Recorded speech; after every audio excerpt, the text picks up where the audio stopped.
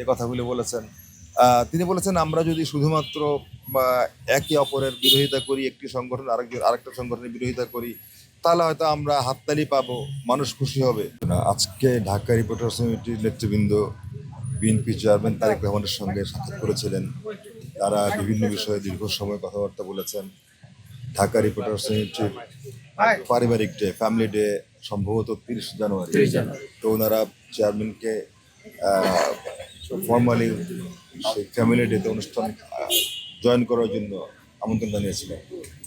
তিনি সেটি অ্যাকসেপ্ট করেছেন, শুভেচ্ছা জানিয়েছেন, কিন্তু ওনার নির্বাচনী ক্যাম্পেইনে উনি ব্যস্ত থাকবেন, এই কারণে হয়তো সরাসরি ইন পার্সন জয়েন করতে পারবেন না, বাট শুভেচ্ছা জানিয়েছেন।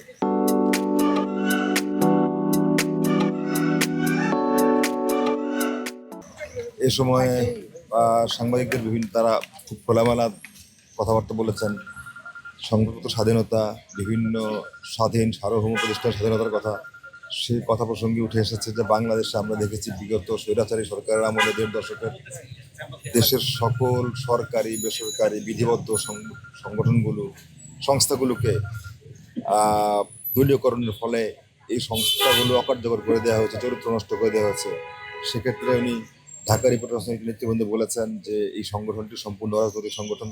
তিনি মনে করেন যে এই ধরনের সংগঠনগুলো নিজস্ব গঠনতন্ত্র অনুযায়ী নিজস্ব চরিত্র রক্ষা করে নিজেরা সুন্দরভাবে যদি সংগঠিত হয়, এটি অবশ্যই ভালো। তিনি ঢাকা রিপোর্টার্স ইউনিটির প্রশংসা করেছেন।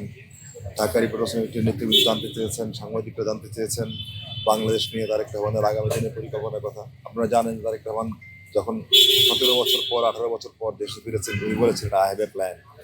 সাংবাদিকরা এই বিষয়ে জানতে চেয়েছেন উনি বাংলাদেশে ঢাকা মহানগরীকে কিভাবে আরো সুন্দর করা যায়, বাসযোগ্য করা যায়, সারা বাংলাদেশকে একটি নিরাপদ ভূমিতে পরিণত করা যায়, বাংলাদেশের মানুষের জীবন মান উন্নয়নে কিভাবে কাজ করা যায়, এটি নিয়ে ওনার দীর্ঘ প্রস্তুতির কথা, পরিকল্পনার কথা আলোচনা করেছেন। এবং এখানে আরেকটি বিষয় উনি কথা বলেছেন যে আমরা টেলিভিশনে পত্রপত্রিকায় যে সমস্ত কথাবার্তা বলি, রিফর্মসের কথাবার্তা বলি, সেখানে মানুষের প্রসঙ্গগুলো আর আসা উচিত। সেখানে যারা প্রতিদিন জীবনের সঙ্গে যুদ্ধ করছেন তাদের কথাগুলি আসা উচিত। গণমাধ্যমের কথা বলেছেন যে উনি একটি দায়িত্বশীল স্বাধীন গণমাধ্যমের পক্ষে অলওয়েজ বিএনপি, আগেও ছিল, এখনো আছে, ভবিষ্যতে থাকবে, এই কথাটি বলেছেন। তিনি বলেছেন যে আসলে আমাদের রাজনৈতিক দলগুলোর মধ্যে আসলে পলিসি ডায়ালগ বেশি হওয়া দরকার। কোন দলের কার কি পরিকল্পনা দেশের উন্নয়নে, রাষ্ট্র উন্নয়নে, মানুষের উন্নয়নে, কোন সেক্টর নিয়ে কি উন্নয়ন, কি পরিকল্পনা, এগুলো নিয়ে আমাদের মধ্যে ডায়ালগ হওয়া উচিত, এই কথাগুলি বলেছেন। তিনি বলেছেন আমরা যদি শুধুমাত্র একে অপরের বিরোধিতা করি, একটি সংগঠন আরেকটা সংগঠনের বিরোধিতা করি, তাহলে হয়তো আমরা হাততালি পাবো, মানুষ খুশি হবে, কিন্তু এতে সাধারণ মানুষের কোনো লাভ হবে না। আমাদের আসলে ভবিষ্যৎটা এমনভাবে নির্মাণ করা উচিত যে সাধারণ মানুষের জীবন মান উন্নয়ন, সারা বাংলাদেশে জীবন মান উন্নয়ন। 4.5 কোটি তরুণ ভোটার আছে সারা বাংলাদেশে, 12 কোটি মানুষ আছে, 20 কোটি মানুষ আছে।